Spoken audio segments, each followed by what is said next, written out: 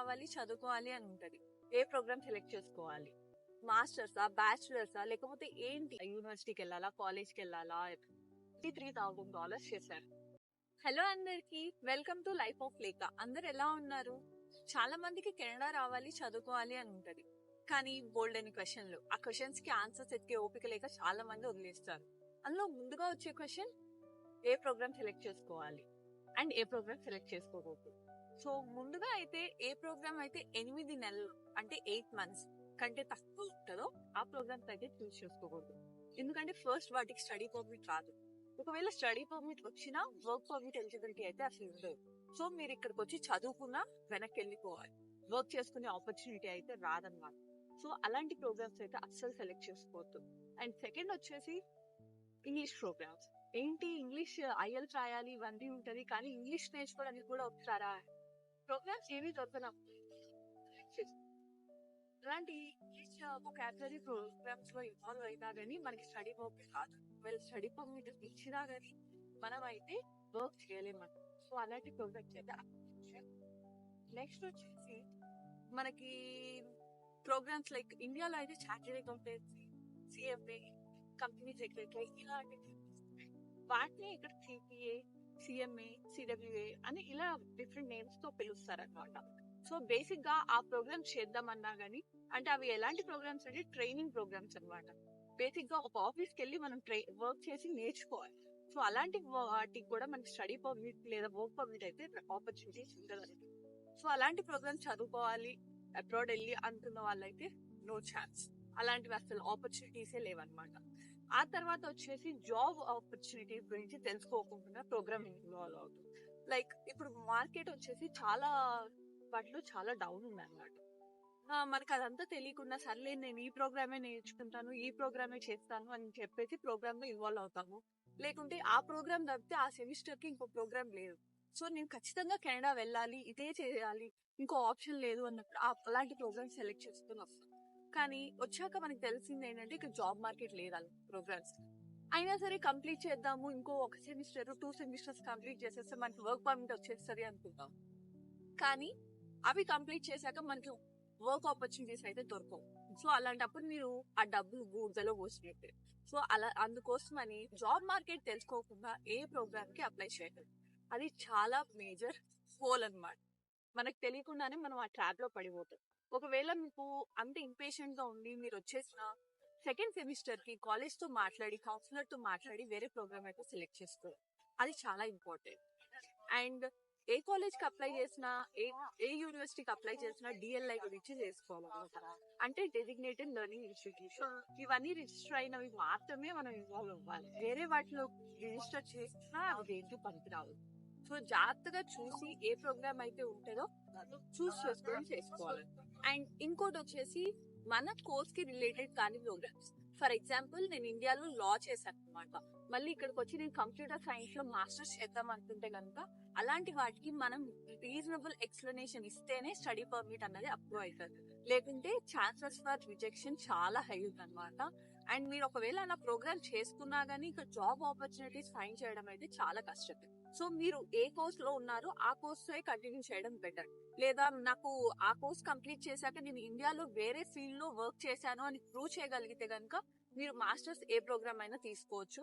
And clear గా అదంతా మీరు ఎస్ఓపి లో పెట్టాలన్నమాట స్టడీ పర్మిట్ అప్లై చేసేటప్పుడు. సో ఇలాంటి కోర్సెస్ కి అయితే మాత్రం మీరు ఖచ్చితంగా అప్లై చేయొద్దు. అప్లై చేస్తే కనుక తర్వాత చాలా వర్క్ పర్మిట్ లో కానీ స్టడీ పర్మిట్ అప్రూవల్స్ లో కానీ చాలా ఇష్యూస్ వస్తాయి. సో ఇలాంటి కోర్సెస్ ని అవాయిడ్ చేయడం చాలా బెటర్ అన్నమాట. సో సెకండ్ క్వశ్చన్ వచ్చేసి మనకి అసలు ఏ లెవెల్ ఆఫ్ ఎడ్యుకేషన్, నేను అసలు ఏం చదవడానికి వెళ్ళాలి, మాస్టర్సా, బ్యాచిలర్సా, లేకపోతే ఏంటి అన్నది ఇంకో సెకండ్ మేజర్ క్వశ్చన్ అనమాట. సో బేసిక్ గా చాలా మంది ఏంటంటే బ్యాచిలర్స్ కంప్లీట్ అంటే బీటెక్ లేదా బీకామ్ చేసి మాస్టర్స్ కి రావాలి ఇట్లా అనుకుంటారు. కానీ కాదు, ఇంటర్ అయిపోయాక కూడా మనం బ్యాచిలర్స్ కోసం అని కెనడా అయితే రావచ్చు. సో మీరు ఇంటర్ కంప్లీట్ అయిన వెంటనే ఐఎల్స్ రాసి ఏ ప్రోగ్రామ్ చూస్ చేసుకోవాలి అన్నది ఇక్కడ చేసుకోవచ్చు అనమాట. సో ఇక్కడికి వచ్చేసి బ్యాచిలర్స్ వచ్చేసి 4 years ఉంటుంది. సో మీరు డిగ్రీ బ్యాచిలర్ డిగ్రీ అనమాట. ఏదో డిగ్రీ అయినా చేయొచ్చు, బీటెక్ అయినా చేయొచ్చు, ఇక్కడ చేయొచ్చు అనమాట. సో అది వచ్చేసి 4 years ఉంటుంది. అండ్ లేదు నేను ఆల్రెడీ ఇండియాలో బ్యాచిలర్స్ కంప్లీట్ చేసా, డిగ్రీ కంప్లీట్ చేసా, నేను మాస్టర్స్ చేయాలి, ఎంబీఏ చేయాలి, లేకుంటే ఎంఎస్ చేయాలి అని అనుకునే వాళ్ళకైతే మాస్టర్స్ ప్రోగ్రామ్ చెప్పినట్టుగానే వచ్చి ఎంఎస్ చేయొచ్చు, లేకుంటే ఎంబీఏ చేయొచ్చు, ఇలా ఆపర్చునిటీస్ ఉంటాయి. అండ్ అది కాకుండా లేదు మాస్టర్స్ చాలా ఖర్చు అవుతుంది, నేను అంత స్పెండ్ చేయలేను, నాకు అంత స్పెండ్ చేసే ఇంట్రెస్ట్ లేదు, వేరే ఏమైనా ఈజీ ప్రోగ్రామ్స్ ఉన్నాయా అంటే డిప్లొమా ప్రోగ్రామ్స్. అవి వచ్చేసి 1 year ఉంటుంది, 2 years ఉంటుంది అనమాట. సో ఇది వచ్చేసి మాస్టర్స్ కంటే కొంచెం ఫీజ్ తక్కువ ఉంటుంది. అండ్ మనకి విఆర్ అప్లై చేసేటప్పుడు కూడా పాయింట్ అనేది కొంచెం తక్కువ ఉంటుంది. కానీ బట్ ఈ డిప్లొమా కోర్సెస్ వచ్చేసి 1 year 2 years ఉంటుంది. సో మనకి టైం ఎక్కువ స్పెండ్ చేయాలి, లేదు 1 year లోనే కంప్లీట్ చేసుకోవాలి అన్నప్పుడు ఈ ప్రోగ్రామ్ సెలెక్ట్ చేసుకోవాలి. సో మేజర్ డిఫరెన్స్ ఏంటి అంటే, ఒకవేళ 1 year ప్రోగ్రామ్ చేసుకుంటే 1 year వర్క్ పర్మిట్ వస్తుంది. అదే 2 years ప్రోగ్రామ్ చేసుకుంటే 3 years వర్క్ పర్మిట్ వస్తుంది. సో అందుకని మన ఎవరికైతే సిఆర్ఎస్ పాయింట్ అంటే పిఆర్ కి అప్లై చేసేటప్పుడు పాయింట్ తక్కువ ఉన్నాయి అనిపిస్తుందో వాళ్ళందరూ 2 years ప్రోగ్రామ్ చూస్ చేసుకోవడం చాలా బెటర్ అనమాట. 1 year ప్రోగ్రామ్ చేసుకుంటే మీకు point Rao and 1 year work permit వస్తుంది. కాబట్టి 1 year తర్వాత మనం ఇప్పుడున్న సిచ్యువేషన్స్ లో అయితే వెనక్కి వెళ్ళిపోవాల్సి వస్తుంది. సో ఎవరైనా ఇప్పుడు వచ్చే ఇంట్రెస్ట్ ఉంటే కనుక 2 years program and 3 years work permit వచ్చేటట్టు చూస్ చేసుకోవడం చాలా బెటర్. అండ్ ఇప్పుడు ఇంకా రీసెంట్ గా చేంజెస్ చేసింది. సెప్టెంబర్ 2024 నుంచి రీసెంట్ గా గవర్నమెంట్ వచ్చేసి 2 మేజర్ చేంజెస్ చేసింది. ఒకటి స్పౌసల్ వీసా, అంటే ఇప్పుడు మీరు చదువుకోవడానికి వచ్చి మీ వైఫ్ లేదా మీ హస్బెండ్ వచ్చి ఇక్కడ జాబ్ చేసుకోవచ్చు అనమాట స్టడీ పర్మిట్ లో ఉన్నప్పుడు. సో అది చాలా ఏ ప్రోగ్రామ్ చేసుకున్నా గానీ మనకి ఆ ఆపర్చునిటీ అనేది ఇచ్చారు. అంటే హస్బెండ్ గానీ వైఫ్ గానీ వచ్చి జాబ్ చేసుకోవచ్చు అనే ఆపర్చునిటీ అయితే ఇప్పటి వరకు ఉంది. కానీ సెప్టెంబర్ 2024 నుంచి అది తీసేసి ఓన్లీ మాస్టర్స్ లేదా పిహెచ్డి చేసే వాళ్ళ హస్బెండ్ ఆర్ వైఫ్ కి మాత్రమే ఈ ఆపర్చునిటీ అనేది ఇచ్చింది అనమాట. సో వాళ్ళు మాత్రమే ఇక్కడికి వచ్చి వర్క్ అనేది చేయగలరు. మిగిలిన వాళ్ళు ఎవరు వర్క్ పర్మిట్ కి ఎలిజిబుల్ కాదనమాట. ఒకవేళ మీ స్పౌస్ అదే మీ హస్బెండ్ గారి వైఫ్ గాని ఇక్కడ తెచ్చి వాళ్ళు జాబ్ చేసి చదువుకోవాలి అన్న ఆపర్చునిటీ ఆర్ ఇంట్రెస్ట్ ఉంటే కనుక మీరు ఖచ్చితంగా మాస్టర్స్ మాత్రమే చేయండి. పిహెచ్డి ఈ రెండు ఆప్షన్స్ మాత్రమే ఎలిజిబిలిటీ ఉంది. మిగిలిన డిప్లొమా కోర్సెస్ బ్యాచిలర్స్ కి వీటన్నిటికీ నాట్ ఎలిజిబుల్. అండ్ ఇంకో మేజర్ చేంజ్ ఇదైతే అందరు స్టూడెంట్స్ కి అప్లికబుల్ అనమాట. పబ్లిక్ ప్రైవేట్ ఇన్స్టిట్యూషన్ వీటికి ఏంటంటే like loyalist college, laughter college, ఇలా డిఫరెంట్ కాలేజెస్ ఉన్నాయన్నమాట. ఐఆర్సిసి అయితే ఒక లిస్ట్ ఇచ్చి ఆ కాలేజెస్ ఎన్రోల్ అయితే కనుక మీకు వర్క్ పర్మిట్ ఎలిజిబిలిటీ రాదు. ఏ ప్రోగ్రామ్ అయినా ఏ కోర్స్ అయినా సరే మీకు వర్క్ పర్మిట్ అయితే రాదు. లీవ్ అబౌట్ మీ వైఫ్ ముందు మీకే రాదనమాట. లేకుంటే మీ అసలు ఏ ప్రోగ్రామ్ సెలెక్ట్ చేసుకున్నా కానీ ఆ కాలేజెస్ వచ్చేసి రాదు. ఈ డ్రాస్టిక్ స్టెప్ తీసుకోవడం గల మెయిన్ రీజన్ వచ్చేసి గవర్నమెంట్ కాలేజెస్ ని ప్రోత్సహించడం అనమాట. అదే ఎంకరేజ్ చేయడం కోసం అని ఈ ప్రోగ్రామ్ అయితే సెలెక్షన్ ఇలా రూల్ అనేది కొత్తగా తీసుకొచ్చారు. సో అది కూడా ఒకసారి చూసుకోండి. ఏమైనా కాలేజెస్ అప్లై చేసుకోకపోతే మీ కాలేజ్ చూస్ చేసుకోవచ్చా లేదా అనేది చాలా మేజర్. చాలా మందికి డౌట్ వస్తుంది. నేను చూస్ చేసుకునేటప్పుడు కూడా నాకు చాలా డౌట్ వచ్చింది అనమాట. యూనివర్సిటీకి వెళ్ళాలా, కాలేజ్కి వెళ్ళాలా. సో బేసిక్ గా ఏంటంటే యూనివర్సిటీ వచ్చేసి చాలా కాస్ట్లీ ఉంటుంది అండ్ కాలేజ్ కొంచెం చీప్ గా ఉంటుంది అనమాట. అండ్ ఆ యూనివర్సిటీస్ కూడా వచ్చేసి ఏంటంటే చాలా రిక్వైర్మెంట్స్ ఉంటాయి.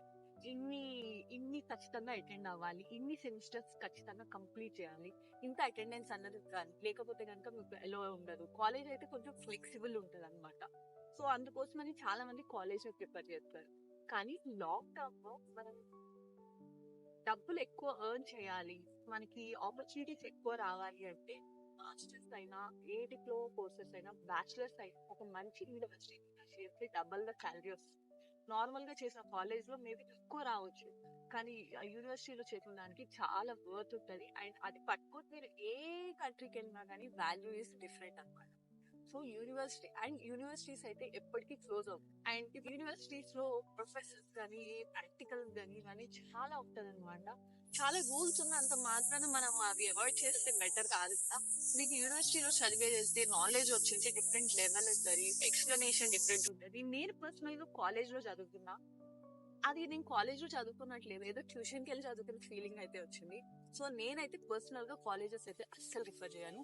It is better to choose university at any point of time. కొంచెం డబ్బులు ఎక్కువ కట్టాలి, but university is the best. Next వచ్చి డబ్బులు ఎంత, ఫీజు ఎంత. నేను పర్సనల్ గా నేను వచ్చింది 1 year ప్రోగ్రామ్ అండి. సో దాని ఫీజు వచ్చేసి $17,000. సో ఇప్పుడు అది వచ్చేసి $23,000 చేశారు. అంటే ఆల్మోస్ట్ $6,000 పెరిగింది అనమాట ఒక్క ప్రోగ్రామ్ 1 year కి. సో అదే యూనివర్సిటీలో చేయాలంటే అదే ప్రోగ్రామ్ వచ్చేసి మినిమం $30,000 to $40,000 అవుతుంది. సో అది కూడా అన్ని యూనివర్సిటీస్ అని ఉండదు. టాప్ యూనివర్సిటీస్, కొంచెం మంచి పేరు గల యూనివర్సిటీస్ అయితే కనుక మినిమం 1 year ప్రోగ్రామ్ $40,000 అయితే స్పెండ్ చేయాలి. అందుకంటే తక్కువ స్పెండ్ చేస్తే కనుక మీకు ప్రోగ్రామ్స్ ఉండవు, మంచి ప్రోగ్రామ్స్ అయితే రావన్నమాట. MBA చేయాలి, MS చేయాలి అనుకున్న వాళ్ళు యూనివర్సిటీతో ప్రిపేర్ చేయాలి. సో అలాంటి వాటిల్లో అయితే కాస్ట్ అయితే మినిమం 30,000, 30,000 to 40,000, అంటే దగ్గరగా ఒక సంవత్సరానికి 5,00,000 వరకు ఖర్చు అవుతుంది. అదే కాలేజ్ లో అయితే కనుక నేను చెప్పినట్టుగా ఇప్పుడు కాలేజ్ ఫీజ్ పే చేస్తారు 23,000, ఆల్మోస్ట్ హాఫ్ అనమాట. 12.5 లక్షలు లేదా 14 లక్షలు అయిపోతారు ఒక 1 year program. So 2 years program కి జస్ట్ డబల్ చేసుకుంటే ఉంటుంది. సో ఫీజ్ వచ్చేసి అక్కుంటది. అండ్ ఇంకోటి వచ్చేసి చాలా మందికి MBA చేయాలి, నేను కెనడా వెళ్ళి మాస్టర్స్ చేయాలి అని అంటుంటారు. కానీ అవి చాలా హై డిమాండ్ లో ఉంటాయి. సో మనకి వచ్చేసి సీట్స్ చాలా తక్కువ ఉంటాయి అన్నమాట. సో మీరు ముందుగా అప్లై చేసుకోవాలి. లేదు నేను ఇప్పుడు నాది బీటెక్ ఈ రోజు కంప్లీట్ అయిపోయింది, నెక్స్ట్ ఇది ఏంటి నెక్స్ట్ సెమిస్టర్ కల్లా వెళ్ళిపోవాలి అంటున్నారు. లైక్ జనవరిలో నేను సెమిస్టర్కి వెళ్ళిపోవాలి, ఖచ్చితంగా చేయాలి. ఇప్పుడు వచ్చేసి అక్టోబర్ ఉంది. సో 3 months లో అన్నది మీకు ఫస్ట్ IELTS రాసి, తర్వాత అడ్మిషన్ లెటర్ వచ్చిన తర్వాత వీసాకి అప్లికేషన్, ఇదంతా ఫీజ్ పే చేయాలి. ఇదంతా అప్లికేషన్ వచ్చేసి చాలా లాంగ్ ప్రాసెస్ ఉంటుంది. మినిమం 15 days అప్లికేషన్ కే పడుతుంది. అండ్ ఇప్పుడు ఏంటంటే ప్రాసెసింగ్ టైమ్స్ చాలా పెరిగిపోయాయి అనమాట.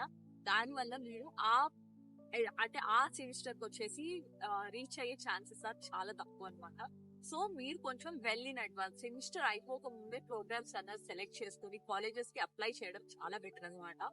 అంటే ఏంటంటే last year of BTech or BCom or degree చేస్తున్నప్పుడు మీరు కాలేజెస్ కి అప్లై చేసుకుంటా ఉంటే అప్లికేషన్ అడ్మిషన్ మీకు కావాల్సిన టైం కల్లా వస్తుంది అనమాట. అండ్ IELTS స్కోర్ కూడా వచ్చేసి యూనివర్సిటీస్ కి అయితే చాలా ఎక్కువ ఉంటది అనమాట. అదే కాలేజెస్ కి అయితే కొంచెం తక్కువ ఉంటది అనమాట ఎలిజిబిలిటీ.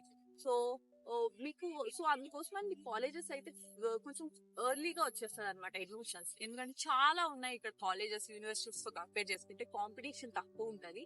సో అందుకోసం అని అయితే యాజ్ ఆఫ్ నౌ మీ కాలేజీలో అడ్మిషన్ రావడం చాలా ఈజీ, యూనివర్సిటీస్ లో అయితే చాలా కష్టం అనమాట.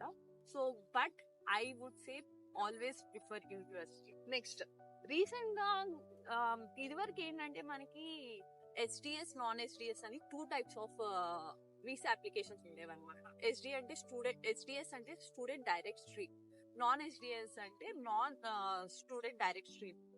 ఈ SDS ఏంటంటే ఆన్లైన్ అప్లికేషన్ ఫీజ్ ఆన్లైన్ లో ఫైల్ చేసేయచ్చు అనమాట. మీకు ఫైల్ చేసిన వెంటనే ప్రయారిటీ బేసిస్ లో మీకు వీసా రావడం జరుగుతుంది. అదే నాన్ SDS అంటే కొంచెం స్లో, ఇది పేపర్ బేస్డ్ అప్లికేషన్ అనమాట. సో మనకు కొంచెం టైం పడుతుంది. రీసెంట్ గా ఏంటంటే ఈ SDS అన్నది తీసేసి ఓన్లీ నాన్ SDS అన్నది పెట్టారు. ఈ నాన్ SDS లో మీరైతే మినిమం 2 to 3 months అయితే ప్రాసెసింగ్ టైం ఉంది కరెంట్ గా ఇప్పుడైతే.